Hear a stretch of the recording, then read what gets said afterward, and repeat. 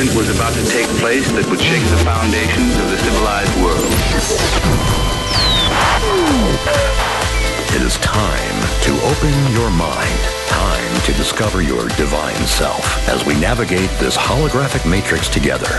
Strap in, cosmic family, as we slide through this wormhole of cosmic information together in search of the truth. You can't handle the truth. It's time to go inside the matrix. With your host, Jimmy Brent. All right, welcome everybody to Inside the Matrix. I sincerely hope that everybody out there is doing well in spite of the continued extended craziness that we're experiencing in our world. And before I get started, as always, I want to thank those of you who have been contributing to the show, because without you, we wouldn't be able to continue doing these shows. And we hope that you enjoy it. We're getting a lot of very good positive feedback from you, and we also appreciate that too. Even if you can't participate, by supporting the show financially, your support and communication is also very important to us, and we love to correspond with you. We love to interact with you. So with that in mind, my guest today is Michelle Gibson. She has a bachelor's degree in social work and psychology from the University of Maryland in Baltimore. She has lived in many different places and traveled extensively. She currently lives in Sedona. She firmly believes there would be no mysteries in history if we had been told our true history. She has been fascinated by megaliths most of her life. Easy for me to say, right? Most of her life. And her journey has led to her uncovering the key to the truth. She found a star tetrahedron on the North American continent by connecting the dots of major cities and extended the lines out. Then she wrote down the cities that lined up primarily in circular fashion and got an amazing tour of the world of places she had never heard of, with remarkable similarities across countries. This whole process and other pieces of the puzzle that fell into place brought up information that needs to be brought back into collective awareness. She provides compelling evidence to support this on her website blog, which is called piercingtheveilofillusion.com, and I highly recommend it. There's lots of good information there, and Michelle also has a great YouTube site where she posts a lot of her videos. So Michelle, welcome to the show. Thank you, Jimmy, for the invitation to be here. I really appreciate it. Yeah, your research is stellar. And I know a couple of years ago, I kind of got on a bit of this history path myself when the whole subject of Tartaria came up, and the Tartarian Empire.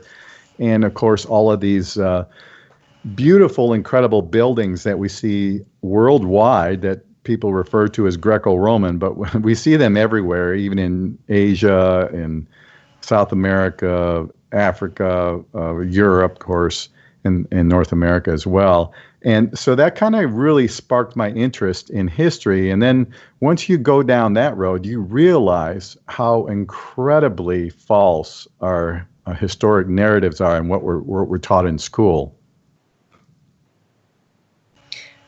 Exactly. It's quite compelling when just putting your focus of attention on these different places. It's been remarkably easy to debunk a lot of the things that we're told just by looking at what things on the internet have to say about places and Wikipedia. It's right there. I mean, they put it there, but when you look at it with the close scrutiny, it falls apart right away. Would you kind of take us back, Michelle, a little bit and tell us about your history and kind of where you were brought up, what kind of family you had, and what brought you to where you are today? Sure, I'd love to. And it's an important part of this story for me. I loved your title for the show, Investigating and Analyzing the Experience of Life, because that's how I came into this level of awareness. I was not born into knowing it, and that's a really important point, because I grew up in a white Anglo-Saxon Protestant family in suburban Maryland, and about 20 miles outside of Washington, D.C. in Montgomery County, Gaithersburg and Rockville. Born in 1963, right before Kennedy was assassinated. I was born in July of that year. And my first memories of anomalies in the environment around me took place when I was about 7 or 8 years old. And my dad was practicing softball for the church softball team, and I was down in the woods playing around in the woods. I didn't even think twice about it until I started doing this research 45 years later, and it came back to me.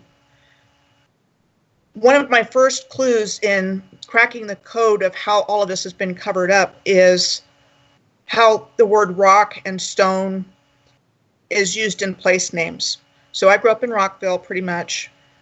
This place where I found the big stones was at Rock Creek Park, big part of DC. And when I started looking at photographs, there are these big boulders in the middle of Rock Creek, which is pretty much what I was playing in. And I was just starting to put 2 and 2 together that we were actually living on top of an ancient civilization. And I'll go into this later, but it's what I believe was in existence up until relatively recently. Now, this is the oldest part of that ancient civilization, but my research has really led me to believe, and I put it together in the best possible way that I can on my blog, which I make my videos from, is that this civilization was in place up until relatively recently. And when you talk about the Greco-Roman looking buildings everywhere, that's part and parcel of what I'm talking about. And so that was early on. And also I grew up on a street next to a golf course. And one of my first ahas was realizing that golf courses covered up mound sites. And all you have to do is dig the top off of a mound and you have a sand trap. And the street that I lived on, where our house was really flat compared to the rest of the street. So there was a flat top, and then there was a steep embankment, if you will, on the other side of the street, and it was a terrace. So it was kind of like a boomerang-shaped road. And I'm pretty sure I grew up on top of a flat-top pyramid. So I don't know if that has anything to do with any kind of activation, but it was like, in retrospect, when I started processing the other information I'm bringing forward, that I definitely think has a part to play in my life's path, which basically has led me to encounter all of the information that I needed to put the puzzle together, which is what I've been doing the last couple of years with my research for my blog. And even when I was younger, I loved shows like Unsolved Mysteries with Robert Stack. You remember that one? Oh, yeah. Loved it. Great and show. I still have pieces of information from that show in the back of my head, as well as In Search Of with Leonard Nimoy and Arthur C. Clarke's Mysterious World. And I would watch these programs and go, wow, I wanted to know about the mysteries. And there really wasn't that much information at that time. Maybe Chariots of the Gods was out about that time. Right. The Voyage of the Kon-Tiki was out about that time. But still very little information was available on any of this until the internet age came to maturity. And I think that was about the time that I started getting exposed to other researchers doing earth energy work with dowsing energy lines. Hugh Newman, John Michel, there's Robert Hamish. Their research has really been important in informing me about these things. And I was watching them before I started doing my own work, and just, they're finding similar things around the world, like in Turkey and in South America, megaliths with animals coming out of the stone, like carved animals, the same kind of thing. And I found those types of things on islands in Indonesia. Same idea. And what helped me piece the puzzle together was, my life story is kind of long, but basically I joined the Army when I was 19, basically. It was in the early 1980s. I was stationed in Germany. I purchased a book on archaeology that had pictures of Machu Picchu in Peru and Mohenjo-Daro in Pakistan in the Indus River Valley. And I think that was when I started to become aware of this megalithic presence in the world. because I'm pretty sure it wasn't on television, and I don't think the internet was in yet. No. So in my own mind, that was when I started to become aware of this. And then I met my future husband in the Army, and after I got out of the service, I went to school, got my social work degree, graduated in 1989, and I got married in like 2 weeks after that. And he and I moved to New Mexico. He was a retired Army sergeant, almost 20 years older than me. And we lived there from 89 to 94. And then we moved to Fairbanks in Alaska from 94 to 99. And then from there, we moved to Buffalo, Wyoming in 1999. And then he died in 2001 from what I now know to have been complex health problems caused by exposure to Agent Orange in Vietnam. But we didn't know that at the time. And he was he went over there temporary duty. So I had to work extra to prove that he was there. And I was actually just able to prove that he had the same condition in the Army that he did when he died, but it still worked. And so I have a VA pension now, which allows me to work part-time and be able to put more energy into the blogging and video making, which is actually a big deal. If I was working 40 hours a week, I just don't think I'd have the energy to do it. No, it's just too time consuming and too energy consuming. Yeah. Yeah, exactly. Go ahead, continue. So part of me sharing that background is I've not lived a conventional life as an adult, and I've not been plugged into the Matrix for a very long time. I watched TV as a kid, but I really haven't watched it as an adult. And when I ended up back in Fairbanks in 2006 was when and where I really started to wake up. And are you familiar with Drunvalo Melchizedek? Oh, yeah. So I was introduced to his work in 2007. And he had brought sacred geometry back into the collective awareness. And I participated in a Flower of Life workshop around 2008. And then he put out a video in 2010 called The Birth of a New Humanity, which gave me my first clue that a planetary grid system like this even existed, which is what my work is based on, and I'll talk about that. Mm-hmm. He talked about a planetary grid system involving over 80,000 sites around the world that had been built under close direction starting after the fall of Atlantis to help with humanity's ascension, since humanity had already reached a high level of consciousness before the fall. And he said it was the result of one mind and one plan. And when I watched the video and saw that information, I'm thinking, well, that sounds great, but who could have done it?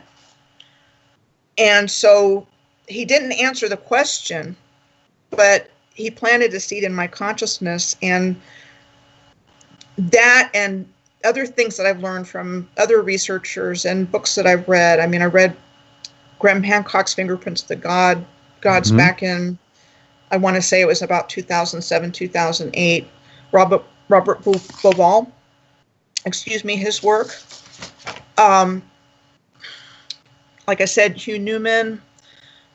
There are so many great researchers out there. And without them, I don't think I would have been able to make the leap into the original work that I've been able to do, which essentially started when I was living in Oklahoma between 2012 to 2016. I went there to help with my mom and my family. So I moved there from Fairbanks. And even before I got there, I started to look up information on nearby sacred sites. And at that time, I thought I had to go far to see them. And what I've learned is that they're all around us. Mm-hmm. And the evidence is hidden in plain sight. I mean, you can literally go outside your front door, your backyard, your neighborhood, your park, anything around you, and it's there. It's just we haven't been taught that it's there, so we don't see it. And I honestly didn't start seeing it until I was living in Oklahoma, and I started looking at, big blocks of stones that were obviously cut, just lying around. I took a drive around, like a block around my neighborhood, and I took pictures all along the way of these dressed stones that were clearly cut, that were lying by signs and next to the sidewalk. It's like they're hidden in plain sight. And I can go into it maybe a little bit later on if we can kind of find a place for who is behind this, but they're supposed to tell us what they're doing to get our consent. And they definitely have not told us what they were doing directly.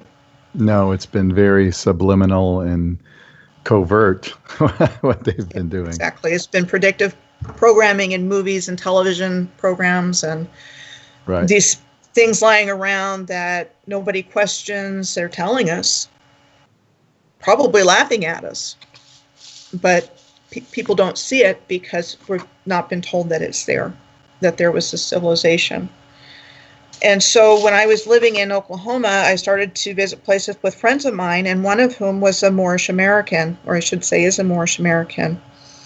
And there were 4 of us all together, and we'd go to parks and lakes in Oklahoma, Arkansas, and Louisiana. And my Moorish American friend didn't tell me the things that I'm sharing, but he is a beautiful being who showed me who the Moors are as a people and gave me an education in the Moors by sending me good videos by them and about them. And I was open to receiving the information. Very much into higher consciousness, which is really what this advanced civilization was all about. I believe unity consciousness. I believe consciousness of the heart. I don't believe humanity was at odds with each other or violent.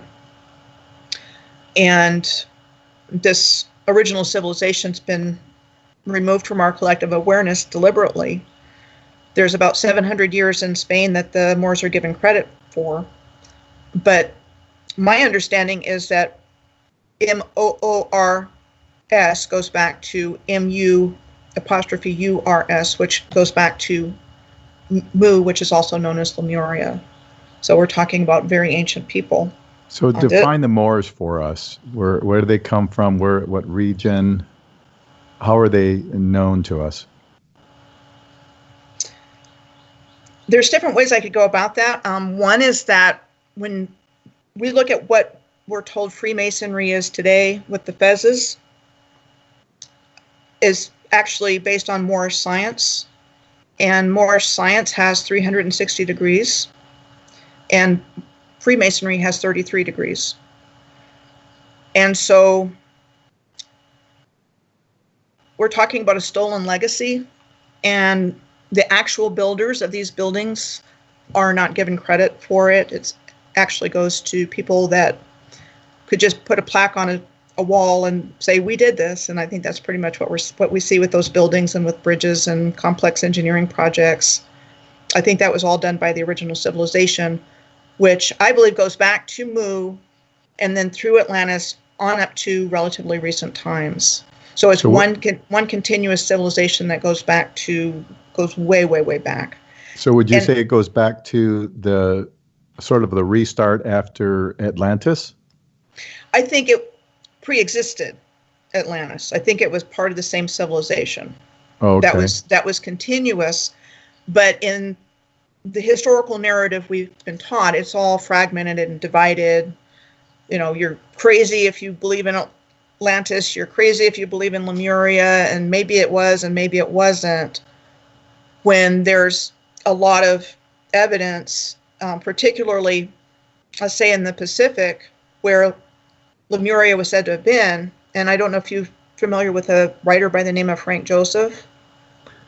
No, but I've seen a lot of the underwater pictures of pyramids and roads and all structures, all kinds of things, particularly near Japan, which would be near that same region. But I imagine there's probably many more that are currently underwater all over the world. There's researchers that are looking into that. Graham Hancock has looked at Yonaguni, where you're talking about. There's evidence that it's around India, off of Cuba, in the Gulf of Mexico. Yep. Off Taiwan, between Taiwan and China. And other, I'm sure, that goes into the category of suppressed history. And so even the people that are interested in researching that particular line of study get a lot of pushback from the establishment. Of course. Doesn't fit the narrative, right? Mm-hmm. So what helped me in my journey, that all of my work is actually based on, is that when I was visiting places with my friends in Oklahoma between 2012 and 2016, one of my friends gave me a map of the world. It was a flat map. She also gave me a map of North America, but the first map she gave me was a flat map of the whole world, and not necessarily a flat Earth map, but the flat map I put on a bulletin board by my dining room table, and I had pinned it up and I marked where sacred sites were. And I started to notice cities lining up in lines. And being familiar with sacred geometry and the figure of a star tetrahedron, which most people know as a Star of David, it's also the human light body, the Merkaba, which is also the Earth's light body and the universe's light body. And I found the first line between Edmonton and Alberta to Ottawa, which is the capital of Canada, and a point on the star tetrahedron. And then I followed a line of cities down that went through Tulsa and Oklahoma City and on into the Pacific Ocean. And then I was able to find another line going back up to Edmonton from there. And I thought, I wonder if I can find another one. Short story, I did. Or long story short, I did. And so I found a star tetrahedron by connecting the cities of North America, and then I extended the lines out. My research with the Earth energy researchers, Hugh Newman and other folks, I knew that the ancients were very precise and that other people had found Earth circles and places in alignment. And I was able to actually expand on that. I have 13, 14, 15 spreadsheets of cities that I found in alignment, either in lines or in circles. And all of my research is based on that. And probably not the most scientific. I didn't do it with a computer program or anything like that. I eyeballed it, but I got a ton of information in return. To the point where I definitely feel like it's a valid source of information, and that guides my research. And I've been researching solidly since about 2016. Have you looked at a lot of the maps that are hundreds of years old? One comes to mind from around 1200 and something, showing many cities in the North American continent, which supposedly didn't exist according to mainstream history. And yet there are maps that show cities all over the place, dating back to that time period. I see we're getting close to break, but that's an excellent point to start when we begin again, because I've really found some really interesting information around older maps. It's a big deal. The maps changed, and I think it was done deliberately. And there's the big flat Earth globe debate, but I'm uncovering information for flat Earth, which is not driving my research whatsoever, but it's interesting to me to see it, and it has to do with maps. Makes sense to me as well. And it also brings to mind who are the actual native people here, and that's another question that we have. Anyway, we're coming up on the break. You're listening to Inside the Matrix with our special guest, Michelle Gibson. We're going to take a short pause right here, so please stick around with us. If you have a question, pop it in the chat. We'll be back in just a little bit. All right, welcome back, everybody, to Inside the Matrix. Today with our special guest, Michelle Gibson. And before the break, we were discussing, all things historical and how false they are. And one of those things is the question of who actually was living in North America pre-Columbus days. And were there, in fact, civilizations here, which it appears that there absolutely were, based on ancient maps that we've seen from the 1200s on up through the time of, supposedly when Columbus came here. So if you want to grab that ball and run with it there, Michelle? You betcha. I'm ready. So I'm living in Oklahoma between 2012 and 2016. I have a man who's a Moorish American who's befriended me, who knew he was a Moor.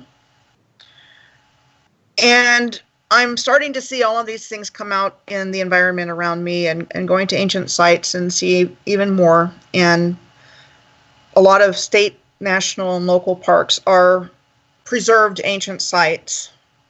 And if you go to them, you'll see big stone blocks all over the place there too. And some of them aren't just lying around randomly, but are actually infrastructure like bridges and beautiful water works.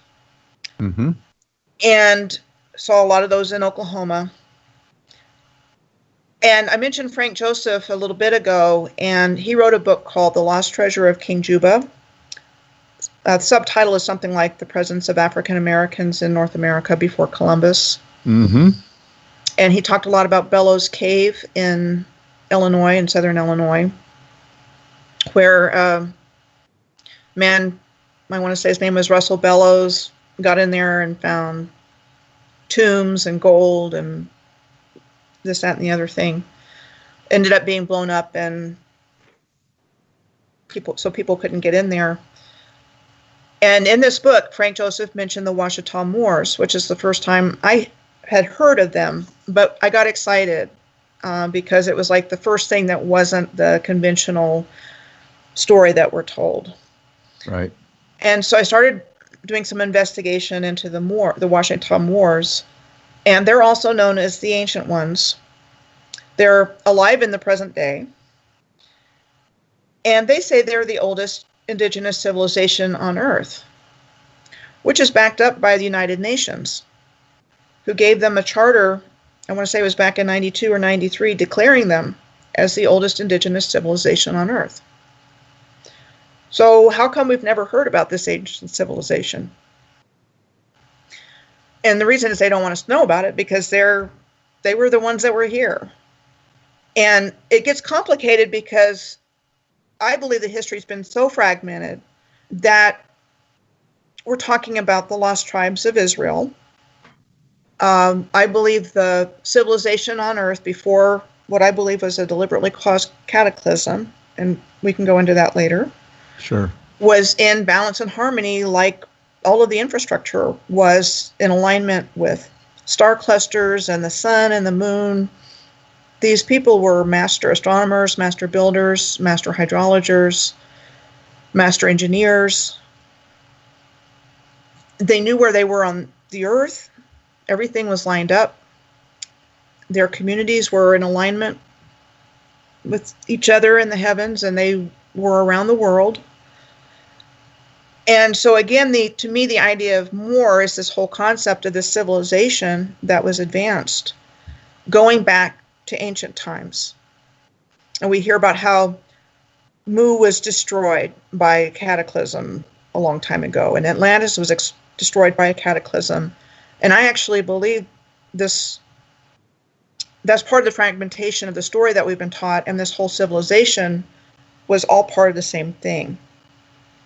I mean, when you look at, for example, when you look at government buildings today, what do they look like? They look like ancient Greco-Roman temples. Yep. And that's around the world, too. It's not just here. Exactly. You look at the Supreme Court, it was said to have been built during the Depression. And if you really look at a picture of the Supreme Court, that building is huge. Like it was built by much larger people. For much larger people. I've just finished doing a study on reservoirs and hydroelectric dams, and I just got done with Hoover Dam, and I know that's just down the road from where you are. Yep. It was said to have been built in 5 years during the Great Depression, essentially by unskilled labor that were out of jobs during the Depression. And that's what it says. That's the story. That's the story. But if you look at that daggone thing, it's huge. It is. It's massive. Sophisticated. It's that big, I want to say spillway. I know there's another name for it, but is it feasible that was built in the time frame by the people that we're told that it was built by? In my mind, no, it's not. And that whole piece that I just finished is about that. It's like there's way more evidence that it was built by people with highly sophisticated engineering technology than what we're told about it. And central to my belief system now is that there was some kind of cataclysm that was deliberately caused that created a mud flood around the world or around the earth that needed to be dug out of in order to restart civilization. Mm-hmm. and that it was built by this previous civilization, and that the people that we know as the controllers, if you want to call them the 13 families or whatever way one would have of knowing, the people that rigged the system and sucked up all the wealth and left us with crumbs, essentially, were the ones that were behind it. And they did it malevolently. This was a hostile takeover, I believe, of the Earth's grid system and humanity, and gave us a bump on our head and made us forget and educated us in falsehoods and brought us up on this whole system that until the age of the internet, people didn't have access to any other information, so it was all controlled. And if it was still controlled, we wouldn't be having this conversation, as you know. Absolutely. Now, one thing I'm a little unsure about, maybe you can help me figure this out, with the Moors. And my understanding in the false historical narratives that I was told is that they were in the Middle East and ended up in Spain as well.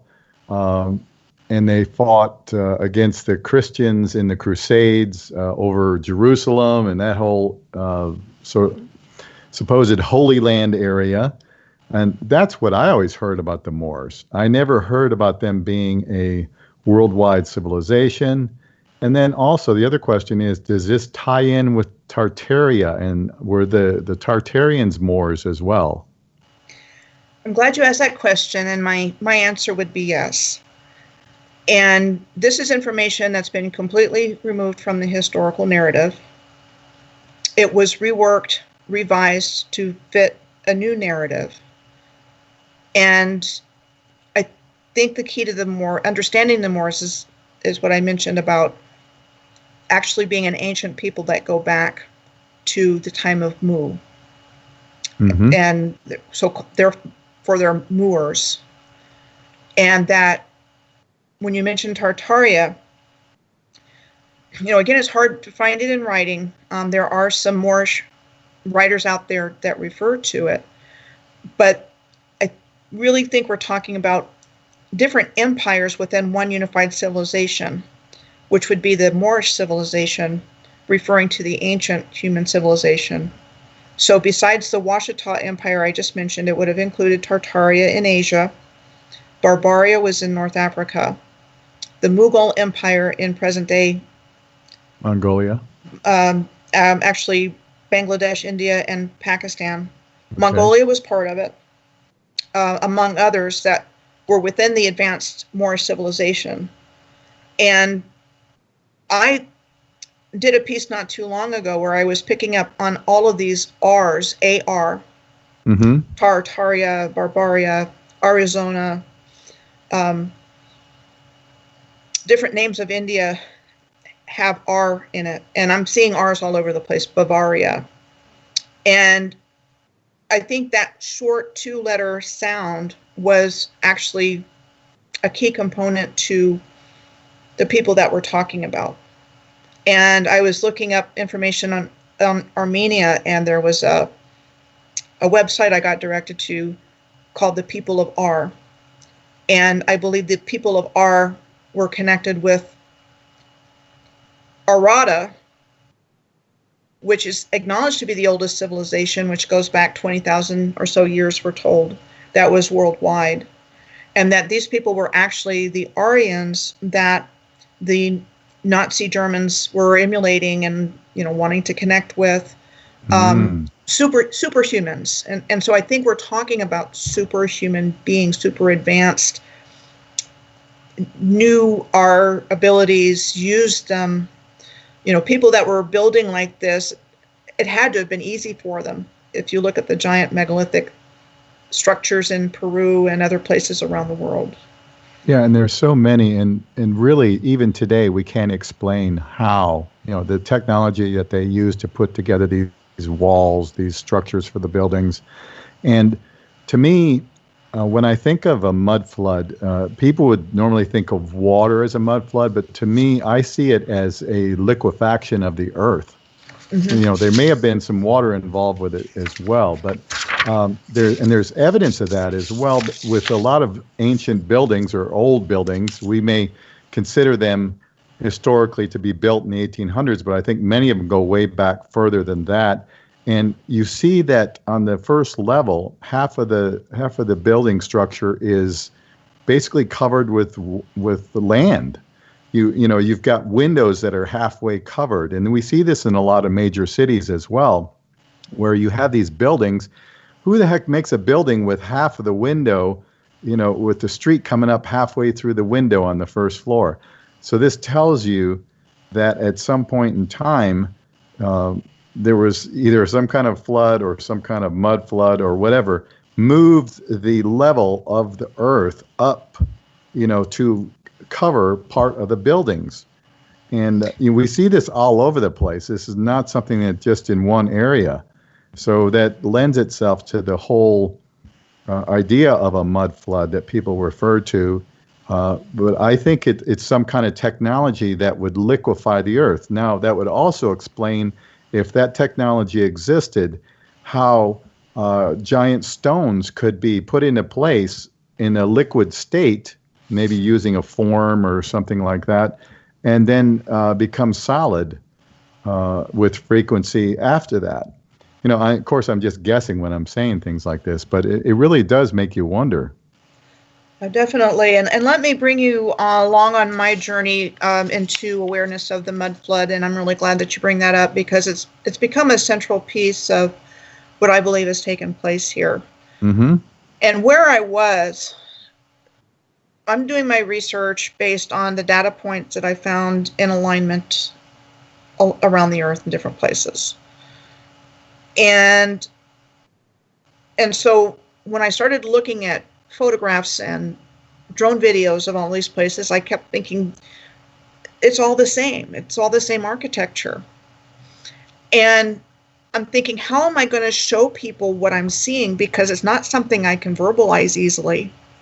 I mean, the best way to show my information is actually to go and read my material, because it's like all in there and it's layers and layers of information. And you have a lot of great pictures on there as well. Yeah, thank you. I think I knew when I had this realization and got all this information that I had a responsibility to get it out. And even though writing is my best way of communicating, I also knew it was a commitment to getting it out in every avenue I had available. And so I pushed my comfort zone by speaking, and I'm getting better at it, but it's still, I'm really comfortable in my writing mode. And when the whole subject came up of somebody connected me with somebody that could help me make a video, and I had already put the information together. My project high centered on what was going on in his life. He had gotten it started, but too many things happening, new baby, wasn't working out. So I said, okay, I'm going to have to do this, because this isn't just any project. This is critical information that I've got to get out. Right. And so I learned how to make videos. And once I got my first video made, which is pinned at the top of my website, physical evidence for a planetary grid system and a suppressed global civilization, is the first thing you come to. I realized that blogging was going to be a great way to get this information out. And it's been easy for me to do this from the start. So I had been researching and blogging my data points for, let's say, 6 to 8 months. And I've been doing it for 2 years now, every week, at least once a week. And I was mulling this idea, explanation for the positive, what happened to the positive timeline of history and associated anomalies and events.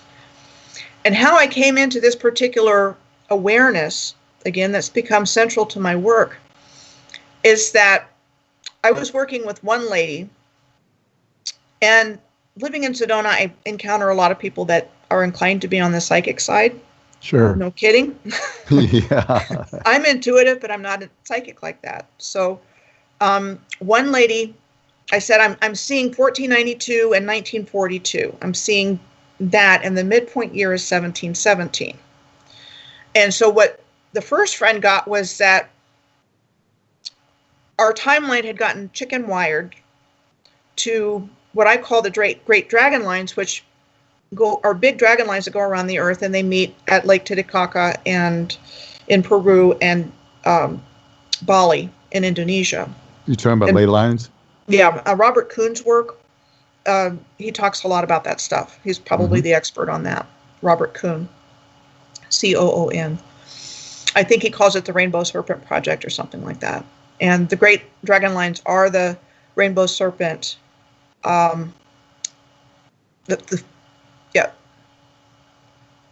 Anyway, the whole idea of Quetzalcoatl and the plume serpent, you're kind of talking about the same idea. Off the top of my head, I'm sorry, I can't remember their exact names. Sure. So she saw this new timeline pinned on the dragon lines. And then another friend came over to see my roommate at the time, and then she stopped in to see me, and she said, "Oh, I see your guides. They want to tell me to tell you something." And the first thing was, what you're mulling is correct, which was the idea of the time loop between 1492 and 1942 and the 1717 midpoint year. And then she said, they want me to tell you something else. And what she got was this picture of Ireland in 1742. And in front of Ireland on this timeline, she saw frozen and white. And then after 1742, she saw green, and Ireland was back to normal. And the only reason I looked up Ireland in 1742 to begin with was that information from my friend. And when I looked it up, I only saw two things. And one was the premiere of Handel's Messiah in Dublin in 1742, and the Great Frost and Freeze of Ireland that was supposed to have taken place between 1740 and 1741. Wow. And otherwise, I wouldn't have even been looking there. And then within a couple of weeks, a mutual subscriber connected me to a mudflood researcher. And when I started looking at the mudflood research, I realized we were all looking at the same buildings. And so that was the point where I started really bringing in information about mudflood and kind of formalizing in my own research my idea that I personally believe that the Philadelphia experiment is connected with the mud flood, that it was actually taken back in time to around that period in Ireland's history, that a rent in space-time was caused, and the mud flood happened. And not only did the mud flood happen, it allowed souls to incarnate on Earth that never should have been allowed to incarnate on Earth. And one of the pieces of evidence I can give for that is 2 years later, Mayor Amschel Rothschild was born. And I want to say 4 years after that, Adam Weishaupt was born, and both of them in Germany. And both of them very, very destructive in their historical records. Exactly. And so that's kind of why I go with along those lines, because I'm sure there are certainly other things that could have happened. There could have been nuclear blasts, there could have been EMPs, there could have been other things. But I see this as a very calculated, hostile takeover. And the anomalies that I found when I started researching that particular timeline from 1717, at least through 1942, brought up all kinds of strange things and dates. And for example, King George I, who was a German king or German, came over to England and took the throne. The House of Stuart was kicked out, which would have been the original Moorish dynasty. Mm-hmm. And Handel's premiered his water music for King George I on July 17th of 1717.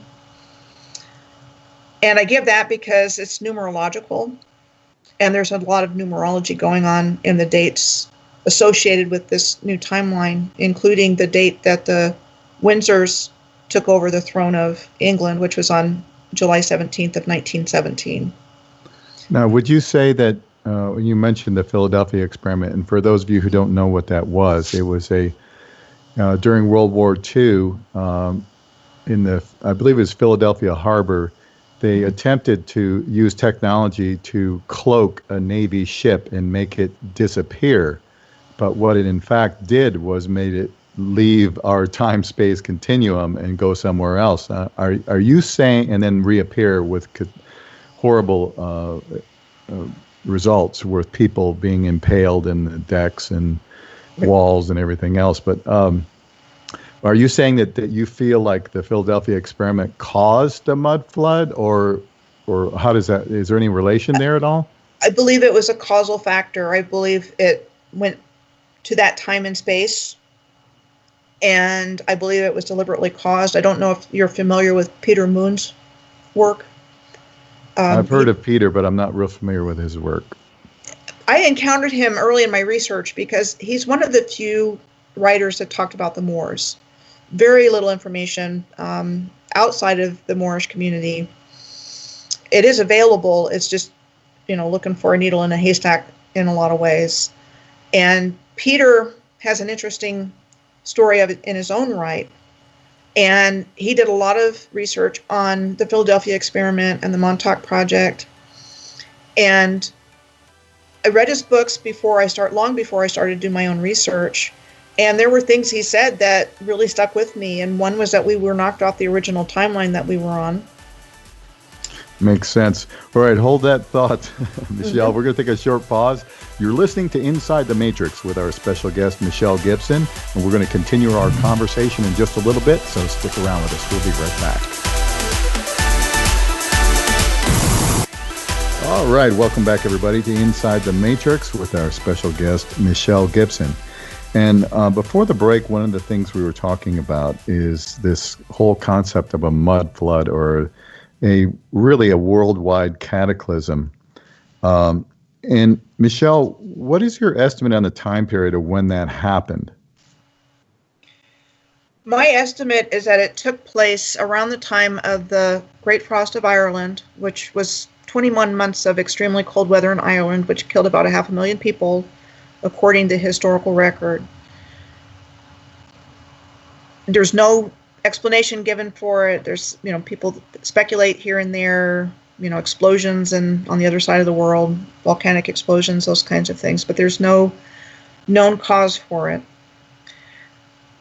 And I think I said before the break, it had come into my awareness right before I learned about the mud flood. And the mud flood resonated big time with me. And I just started looking for the evidence. And if you look at historical pictures of Paris and other places where St. Petersburg in Russia that are practically empty with small people in huge buildings, there might be a handful of people in the picture and otherwise it's empty. And other researchers have been looking at that. And so I've kind of worked on the concept that it took place in the early 1740s and that it took a little over 100 years to dig out enough infrastructure from the mud flows, and evidence exists around the world that indeed took place. If you look at historical photos, they're on the internet, to restart civilization. And I mean, we're talking railroad tracks dug out, rail lines of all kinds, subways. Right, that they were in fact here before, and that we didn't put railroads across the country. We just dug them out from the previous civilization. Is that what you got to? Exactly. I absolutely believe that, and I've done quite a bit of work on that in my blogging and research. Subways. And again, when you look at the stories that they tell us about all this stuff, it just does not make any sense when we're not supposed to have technology to be able to do that during that time. Right. None of it makes any sense. I mean, we were talking on the break there about, when you look into, and a lot of these, there's some great pages on Facebook and on YouTube as well about Tartaria, and that's what a lot of people sort of refer to a lot of this hidden history, even though Tartaria is probably just a small part of the Moorish people who were worldwide. But we see pictures of trainloads of orphans in the 1800s. And there's no explanation for why would there be trainloads of orphans.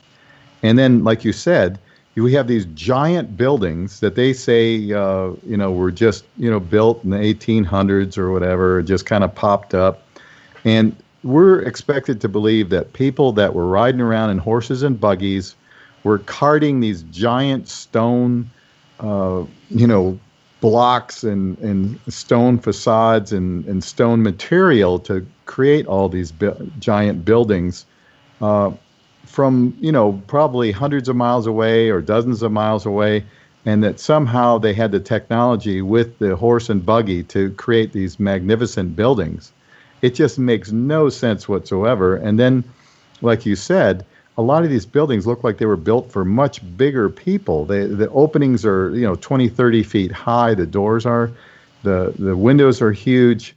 The structures themselves are huge. And of course, many of these buildings have been repurposed and called cathedrals, and they've been called, government buildings and all kinds of other things. They've been repurposed from their original.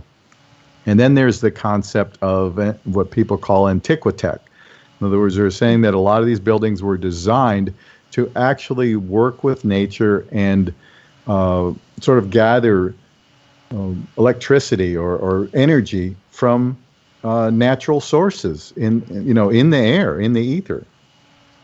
Right. I absolutely agree with that, Jimmy. I mean, I just think there was this holistic, integrated, free energy generating system that every building on the grid system, and the buildings that you're talking about are examples of that, were specifically located in a precise way based on sacred geometry for the purpose of generating free energy. Much of the infrastructure has been taken away.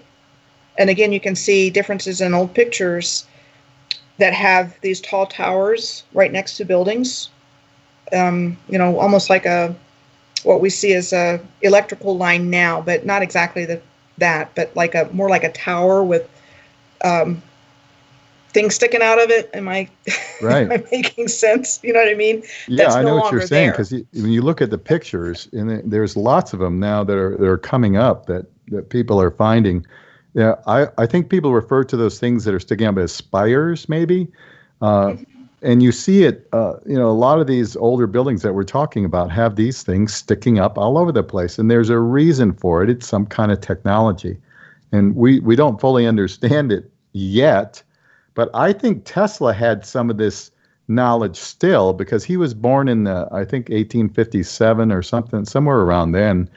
And he was carrying forward some of that technology. And of course, we know what happened to his work. It was completely buried and, just not used, otherwise we'd have free energy today. Right. And what you said just kind of made my brain explode in a lot of different directions, because for one thing, we did have free energy. Electric streetcar systems worldwide looked the same. Mm-hmm. There were streetcars everywhere. And in most places, they're no longer there. The infrastructure's been torn out. A couple of places, like we think of San Francisco, and I think Atlanta still has one running, and other places have brought it back. But before all this happened, there was transportation, non-polluting, run on electricity all over the place. I did research on Charlotte, which had a system, and then I saw a picture of a streetcar in a residential neighborhood. And I go into detail in one of my blog posts on following the money and influence, looking at the origins of companies and corporations. And let me backtrack just a little bit to kind of tie it in a little bit better. So if I'm right, and the Great Frost was a causal factor in the mud flood, and I do tie it into the Philadelphia experiment, It took place in 1942. I definitely believe there was a connection between 1492 and 1942. I don't think I'm off base with that possibility. That it would have taken them a little over 100 years to dig out, and that what's known as the Crystal Palace exhibition in 1851 was the official kickoff of the New World Order timeline. And that there's so much of our history that just gloms around that date, from, say, 50 years before to 50 years after. I mean, recurring events happening 1850, 1851, 1854, 1857, 1871, 1881. I mean, if I go back through my research, and I probably will make this a project at some point, and just pull out those years, there was a hell of a lot going on. And weren't all the state constitutions rewritten in 1851? Right. And just a whole bunch of activity happening around those dates. And so my first thought about that time frame being specific was when I was doing research on Japan and found out that Commodore Perry went to Japan in 1854. And that was months and months ago.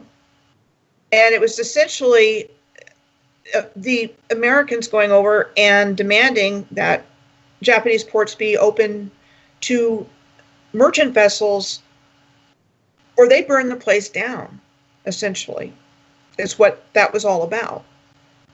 By any means necessary, they were going over there to open up the ports, the Japanese ports. And that was the first time I really started having that 1850 time frame in the back of my mind, and then it just comes up over and over again. So the new historical timeline that I'm seeing kicked off in 1851, and I've devoted a fair bit of writing to support that whole idea. And so to bring it back to the origin of companies, let me see here. I've got it pulled up. I've just got to find it. Here we go. Okay, so America's first oil refinery for making lamp oil was established in 1854 by Samuel Keir. And the petroleum industry in the United States began in 1859 in earnest, when a man named Edwin Drake found oil on a piece of leased land near Titusville in Pennsylvania, which is now in a place called Oil Creek State Park. And so Titusville is considered the birthplace of the oil industry. And for a number of years, it was the leading oil producing region in the world, in Pennsylvania. Had you ever heard about that? Nope. Pennsylvania is the oil capital of the world for a number of years. Wow. So Rockefeller Sr. was born in 1839, John D. Rockefeller, and he was the progenitor of the Rockefeller family and considered to be the wealthiest American of all time. So he comes along. Standard Oil comes along. He founded the company in 1870, and it was a monopoly for a long period of time, until the United States Supreme Court ruled in 1911 that it was illegal. But it was one of the world's first and largest multinational corporations. And then, at one time, he controlled 90% of all oil. And then Henry Ford comes along and develops his mass transportation with the Model T. And within a short period of time after that, these streetcar lines started to get decommissioned and retired in ceremonies and no longer used.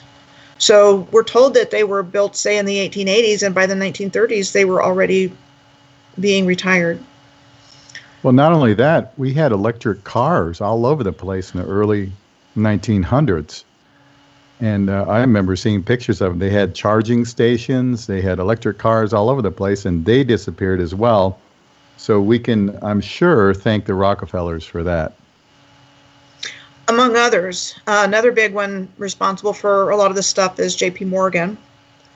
Yep. And he was the driving force behind the wave of industrial consolidation in the late 18th and early 19th centuries, including General Electric. He was also behind the formation of the U.S. Steel Corporation and International Harvester, among other mergers. Recognizable names that we would look up to are actually behind this commercialization, this drive to consumerism, this drive to making products that we become addicted to: cigarettes, alcohol, beer, whiskey. It was all happening during this time frame. And then combining alcohol with sporting events, junk food with movies with escapism, and, filling our heads with images that they want us to see, gambling. The ways they've kept us asleep are these addictions and distractions, and then, bringing up consumerism, and then they're getting rich from us on all of this stuff to this day. Exactly. It's really scary. Well, we see that they pretty much destroyed the electrical things, a la Tesla, back in the early 1900s, because we had the electric cars already. Tesla was proving he could broadcast electricity through the air. He did it from Colorado Springs to Long Island and proved it could be done. But yet they went with the wired electrical system, which they could put a meter on and make sure they made money off of all of us. And then, of course, the Rockefellers, we know that they basically hijacked the healthcare industry and made it the medical community, using their, carbon-based products, developing pharmaceuticals and doing away with natural remedies like, hemp and cannabis and things like that, which were the health staples of the time. And then instead they just gave us these petrochemical pharmaceuticals, which we even have today, which basically poison people in many different ways. And of course now we've gotten to the point where we're literally being poisoned from every possible direction, from the chemtrails in the air to fluoride in the water to glyphosate and other chemicals in our food supply. It just goes on. And then that's not even to mention the psychological manipulation that's going on and polluting our minds. Even currently this year, it's been ramped up to the nth degree. Right. So this is something that's been going on for a long, long time.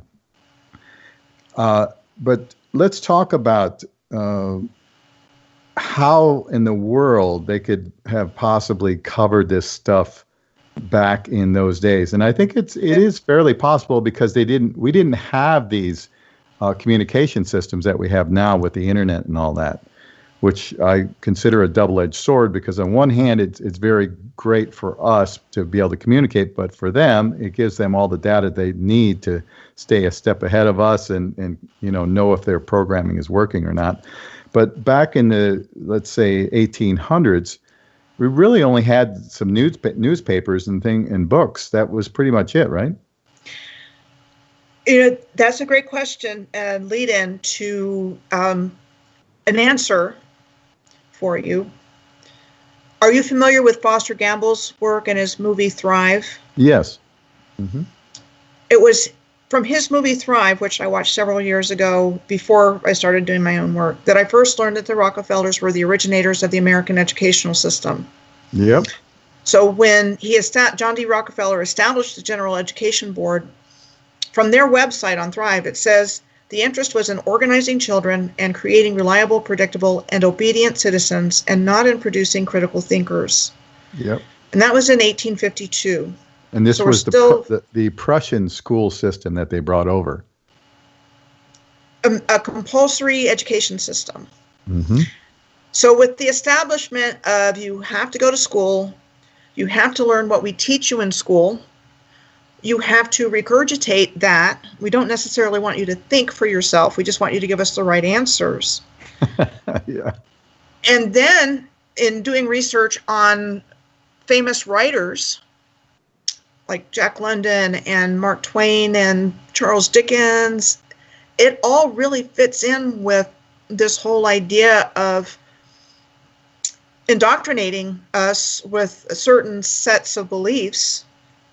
And you give the example of Call of the Wild. That is not an uplifting story, right? This dog's stolen from his family, and he's, forced to become a sled dog in Alaska, taken far away, treated so badly by most of the people he met that he ended up becoming feral. And we have to read that in high school. And not only that, do they make at least 3 movie versions of the same subject matter. And so they're teaching us. Another example is The Grapes of Wrath. And, think of a novel that we had to read in school that's painting this particular picture of history that they want us to have, which is not the reality of what's surrounding us in our environment. It's what they want us to believe. The cowboys and the Indians, and it was an empty land, and John Wayne was a 33rd degree Freemason, or at least a Shriner. Shriners are 32nd, 33 degrees. And the 33rd degree ones are the ones that know about the Moors. They're the ones that are, sworn into that level of understanding. So this whole false history we've been reinforced in from birth, our traditions, our education, the movies that we watch. That's how it's been hidden from us. And then when you really get into it, Jack London was a socialist. He was a member of the Bohemian Club. Mark Twain was a member of the Bohemian Club. They show up at all these places that were significant during this time. Again, I write extensively about that. It's really too much to go into. Charles Dickens talked a lot about orphans. Oliver Twist, and he had all these children in his books. Mm-hmm. It's there. But who knows what puts one on a questioning path. I think I've just been different my whole life, and I wasn't happy with the explanations I was given for why certain things were certain ways. I think a lot of us are like that, and we smell a rat, right? We something doesn't sit well with us because we just feel like it's not true. And when we look into it, we realize that a lot of that intuitive feeling is absolutely correct. And then another interesting phenomenon is all of these city fires near the end of the 1800s and the early 1900s. Almost every major city in North America and many places in Europe had these horrible fires, which destroyed, just entire cities. And then, if that's not bizarre enough, then you've got all these world fairs that pop up everywhere with these magnificent buildings that I think have been there all along. But they say the story is that, well, we built them for, we spent 2 years and we built these incredible structures, and then we just tore them all down because, it was just for the World's Fair. I definitely have an opinion about that, Jimmy. That might be a good thing to go into after the break. I've spent quite a bit of time researching that whole idea about fires, as well as the role of exhibitions and world fairs. And again, I think the official kickoff was 1851, but for the next 100 years, they were showcasing the technology of the original civilization and then destroying most of it, essentially. There's very few buildings left of the original World's Fairs. Exactly. And I think they were absolutely using that as an opportunity to market this new civilization, this new reset timeline. I agree with you. And when you look at the Chicago World's Fair in particular, I mean, the buildings were absolutely stunning and magnificent. And Very few of them actually are still around today. Anyway, you're listening to Inside the Matrix with our special guest, Michelle Gibson. We're going to take a short pause right here. We still have one more segment to go, so stick around with us. We'll be right back. Your ambassador to the unknown and host of Inside the Matrix, Jimmy Brent. All right, welcome back, everybody, to Inside the Matrix with our special guest, Michelle Gibson. And right now is our final segment of the show. We've been covering a lot of territory here, but one of the things that I'm really curious about, and I know you've studied it too, Michelle, is there are all these big city fires that occurred in the late 1800s, early 1900s. And what was the purpose of all that? Because it just doesn't make any sense that we just all of a sudden had all these gigantic fires all in these big cities. And then, of course, from there, we have all these world fairs everywhere, which had magnificent structures, and many of those were torn down. And they said that these stone structures and using, limestone and things like that in these buildings were just temporary. We just built it for a couple of years just for the World's Fair, and then we wanted to tear them all down. So it's crazy that story goes largely unquestioned. Absolutely, and that was a great lead-in to the topic, and they're both noteworthy subjects. In the course of doing my research, I kept encountering fires, so I ended up doing a 4-part series called Poking into Historical Fires, and the first part was going back to antiquity, like the Great Fire of Rome, and there was a fire in Constantinople and a couple of other places. And then in the time frame that we're talking about, part 2 is the years between 1840 and 1850, and then part 3 is between 1851 and 1871, and then the last part of the series is the 1906 earthquake and fire of San Francisco. Mm-hmm.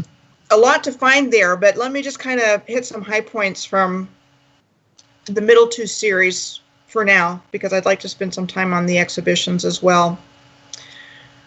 So the first place I started was the Great Hamburg Fire of 1842, which wiped out the old section of town, we're told, burning for 3 days before it was extinguished. And what was noteworthy about this is there was a heavy demand on insurance companies, which led to the establishment of reinsurance, which is insurance for insurance companies to insulate them from major claims events. So you have that introduction of that whole idea that if your building burns, your insurance is going to reimburse you a certain amount for it. Mm-hmm. Okay. So I think that factors into a lot of what we see, even in the present day. And then we're always given this lame excuse, if you will, for all this destruction. So the Hamburg Fire was caused by a cigar factory, that it quickly spread through wooden half-timbered houses of Hamburg, which is an important point because I don't think we were talking about wooden half-timbered houses in general. I think we were talking about heavy masonry. And if you look at a picture of the city's town hall in Hamburg, it was said to have been rebuilt starting in 1886 and opening in 1897, and it's very solidly heavy masonry. I mean, it doesn't look like it would have been built during that time. And then you talked about Antiquitech earlier, and I've got a picture of the Church of St. Nicholas in Hamburg, and it's got this beautiful spire, very fancy. Mm-hmm. And again, I think that was all part of the original free energy collection and distribution system. I think it was all strategically placed, all beautiful. They were working with energies and sounds and probably colors and lights, very advanced. Yep. And then I'm going to scroll on past a few things in Hamburg, but one of the things that I have in this particular blog post is this picture of an archway that frames a building in Hamburg perfectly. And that's an aspect that I come across all over the world. I show the same phenomena where an archway is perfectly framing a temple in Carthage in North Africa. It's in where Tunis in Tunisia is now. There was also a rail line in Hamburg that was said to have opened on May 5th, 1842, on the same day the Great Fire started. What are the chances? And that it was only used for, one section of it was only used for 4 years, from 1842 to 1846. And then in 1845, New York City was said to have had a great fire breakout that was started by a whale oil and candle manufacturing establishment and quickly spread to other wooden structures in lower Manhattan. Okay, and that really brings up an important point in terms of how this was all covered up, because we're told that the 1845 Great Fire of New York destroyed 345 buildings in the southern part of the financial district, and that they were wood frame structures first, so they rebuilt buildings out of stone, masonry, iron roofs, and iron shutters, which is what we see today. And I just think it was a way of covering it up. And these fires were used as excuses. More paintings than photography during that time, so I think they're painting us a picture, telling us a story. And that the later fires, the fires of the 1900s, I'm more inclined to believe were intentionally destructive, like San Francisco. Some of the fires in the late 1800s, like the Great Fire of Chicago. And there were like 5 fires that happened on the same day. I think maybe it was 1871. I think that's in my next one. On the same day as the Chicago fire, it was in 1871, October 8th of 1871. I'm going to scroll down here and tell you where else there were fires on the same day. There was the Peshtigo Fire, described as a large forest fire that took place primarily in northeastern Wisconsin.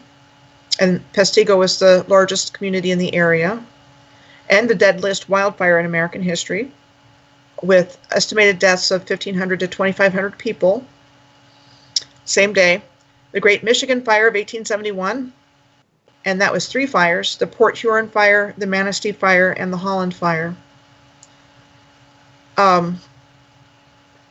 Again, all the buildings that I'm looking at those places are beautiful masonry. So October 8th and 9th of 1871, Chicago, in Urbana, Illinois, there was also a fire. Like within 2 days, there were 5 or 6 fires, big fires. Just a coincidence, I'm sure. Yeah, it's like, what was that all about? And then, I just think before a certain period of time, it was captured in reports, so-and-so was there and saw, and this is what happened, and this painting, Currier and Ives did a lot of fire paintings, some others as well. And then when you get into the San Francisco fire and later fires at that time, I think they're actually taking out infrastructure. From the pictures, they look like nuclear blasts. They do. And actually, the San Francisco fire of 1906 was said to have been caused by a woman cooking ham and eggs in her kitchen. And it's called the ham and eggs fire. Yeah, great story there, right? Yeah, so they definitely water down the message of what they want us to believe caused all of this destruction. And then you get into a Keystone Cops scenario, especially with the 1906 fire, with the firefighters just not being able to get control of it, and blowing up buildings in the process of trying to create fire breaks and things like that. What I found in my research, I just summarized, is another cause of the destructive fires was attributed to firefighters who were untrained in the use of dynamite. We are told they were trying to dynamite strategic buildings to create a fire break, but instead caught on fire from the dynamite itself. And you look at the pictures, and it's all heavy masonry.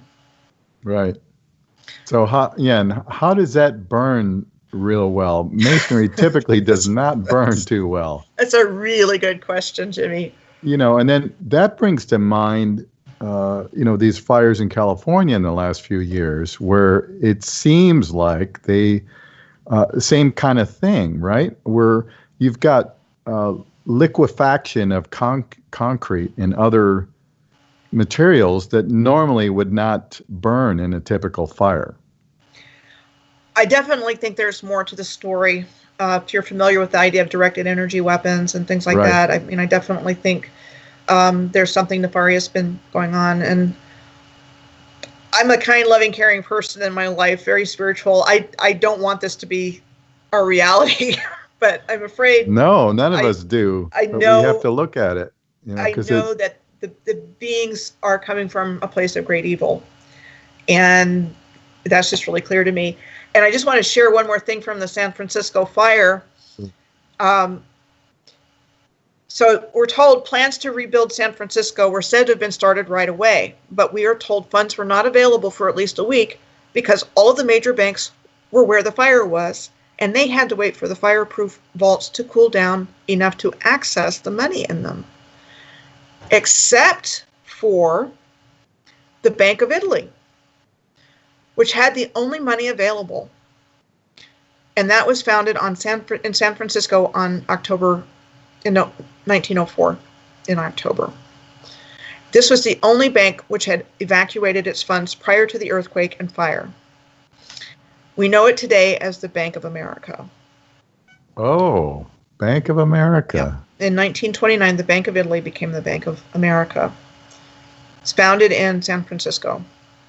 Only bank that survived the fire as far as its funds. Interesting. So it's interesting. Okay, I'm going to change gears on you right now because it's something I really am curious about, and if you've looked into or not. But, you know, when we think about civilizations that are all over the world, there's a very strange thing that was discovered in the Grand Canyon area where they found all these Egyptian artifacts. Do you have any thoughts on where and how and the heck that could fit in? Because how does that happen? You know what I mean? We were told that, Egypt basically has its history and its civilization and all that, and it's all located in the Middle East. But then, and I believe there's other places in the world too where hieroglyphics and other artifacts that are absolutely Egyptian are found in other parts of the world as well as submerged underwater, but particularly in the Grand Canyon. Have you looked into that at all? I have, and that's another great point, because from what I'm seeing and understanding is that we're talking about the Kemetic civilization. Kem is another name for ancient Egypt, being worldwide as opposed to one geographic location. And that was part of the fragmentation of the history, because you have a lot of Egyptian kinds of things that have been found in the United States, including what's in the Grand Canyon, Burroughs Cave in Illinois, and other places as well. It's just pretty well hidden. I mean, you really have to look into alternative history to find the locations where mummies have been found and Egyptian artifacts have been found in North America. I think it was all the same. And I think if you look into the Washita, you'll find that as well, that's what they say. Would you say this connects with the Moors? Yes. The Moors and the Egyptians, were they one and the same, or were they just a faction of one or the other, or how do you see that? I think it was all part of the same thing. I think all of that's been fragmented to confuse us and divide us. I think all of humanity was learning how to go into higher consciousness and do yogic practices and raise Kundalini. And it wasn't just belonged to a specific geographical region. I think that was worldwide. I think the original meaning of Islam has to do with that subject. Self-law, I am master. I think it was twisted to get us into the place of division we are today. I think the children of Israel are one and the same. I think it was all split out. I think the Freemasons took over the symbols of Moorish masonry, which includes the pyramid with the eye on the top, but I think that originally signified the pineal gland. and not Big Brother. The caduceus, the symbol of the American Medical Association, are two snakes going up the center of what I would say would be the spinal column. You know, the whole idea that we have the ability to connect with Source and our higher selves. And that's what humanity was doing. And all of this got, you know, what I'm saying, all of this has got separated out to separate us into this confusion mode of what's really true, what's not, you know, dogmatic thinking. And I think organized religions came in with the hijack of the timeline, because I really don't think humanity was at odds with each other before all of this took place. And I think it was done for a very specific reason, for power and control. And if we don't know the truth, if we don't, you know, really know who we are, then we can't, you know, we can't come to completion or conclusion without the proper information. I agree. So this begs the question: who are the puppeteers? Who are the people or entities or whatever? Who are the ones who did all this? The reset, the cataclysm, the programming. Let me slip in something real quick, and then I want to do a quick thing on the expositions before we end tonight. Okay, sure. So I think we're talking about fallen angels. I think it's a interdimensional war against the creator and creation through humanity. I also think that reptilians are involved. I think archons are involved. Other negative beings. I'm going to throw in the Anunnaki. I haven't done a whole lot of research there, but I think there's another number of negative beings some of whom managed to incarnate into physical form. So Miriam Rothschild and his lot, and, you know, the Rockefellers and, Rothschilds. You know, there's a ton of, the Rothschilds. I mean, there's a ton of backdoor information that really supports that with some of the other things that are going on. Pesor is another one. You know, I try to stay away from the child sex trafficking and the pedophilia and all that other stuff. But the same families are involved in that. Yes. I mean, it really connects. I mean, Standard Oil and Standard Hotel. And Standard Hotel is part of Standard Holdings. And what goes on there? I mean, what's happening in the present day really supports that. But before, it was hidden. Now, if, you know, depending on who you follow on Twitter or whatever, I primarily follow it on Twitter, this stuff is out there. Yep. Where it was hidden before. So, you know, I think what's happening now absolutely backs up, you know, these non-human beings that feed on human energy, both our work and our dollars, and literally stems to these families that have gathered all the wealth and power. So, I mean, I think that's kind of a backdoor backup of what I'm saying, that there was this hostile takeover by non-human beings that managed to find a way to incarnate into human form, and that's when our whole story changed. Do you feel like these entities live a lot longer than us? Because I've always felt that way. I do, but I also think maybe the non-physical ones. I mean, there's definitely an interdimensional component, and I think probably more the non-physical than the physical, except maybe the physical are getting boosts from their practices of what they do with humans. And I really don't like to go there, but I think you probably know what I'm talking about, and maybe a lot of people that are listening know what I'm talking about. Yes, for I don't sure. like to talk about it. But let me just wind up here with the whole idea, kind of a summary and tying it into the exhibitions. Mm-hmm.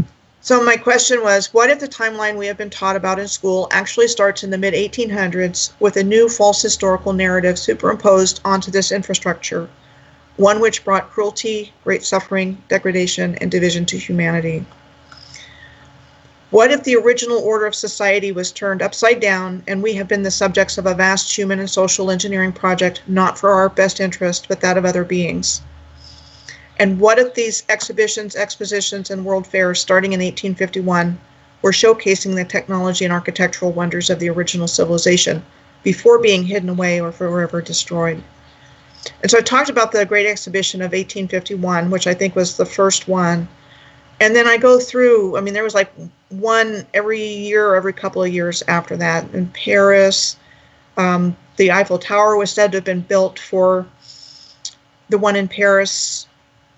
There were several in Paris. There are Eiffel Towers all over the world. And if you look at that darn thing, it's mind-blowing. Mm-hmm. So I'm, kind of inclined towards the idea that it was already there. And then I want to point out during the 1876 Philadelphia Exposition, which was the Centennial Exposition celebrating 100 years United States anniversary, there was something called the Corliss steam engine. It's big, 1,400 horsepower, and was said to have generated all the energy used in Machinery Hall during the 1876 exhibition. And somebody left me a comment on this particular blog post. The second picture that I have of a diagram of what the Corliss steam engine looked like. And it was said to have been patented in 1849. And the person's comment was, that looks like a Vimiana. And it's the front view of the steam engine at the exhibition. And I looked it up, and sure enough, it looks like a Vimiana, which is an ancient flying machine. From the Hindu culture, right? From the Hindu culture. Yeah. Looks like it. And then I went through, and these pictures, I mean, there were a number of them in the United States, and I give a lot of details in my blog post. And then I started encountering these exhibitions in places that I would never have imagined. And one was in Hanoi in Vietnam. One was in Hobart in Tasmania. Another in Melbourne, not a big surprise there. The big one in Chicago that most people know about in 1893. Mm-hmm. One in Guatemala in 1897. More in the United States. There was the Parthenon, which still stands in Nashville. I have it looking at a historic picture, and right next to it, there's a big pyramid. Mm-hmm. Not a little one, a big one. Like it was already there. And so on and so forth. Big, beautiful architecture that they want to make us believe was built temporarily. So once you start looking, there's just a ton of information available, and it's just really kind of knowing what to look at and what to look for.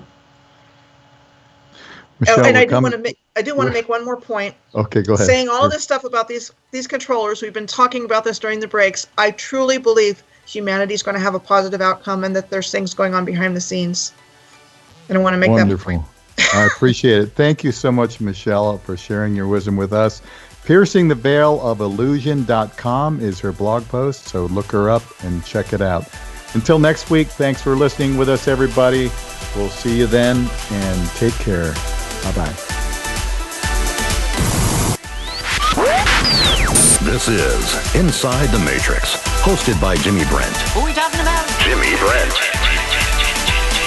Live every Sunday, 3 p.m. Pacific, 6 p.m. Eastern.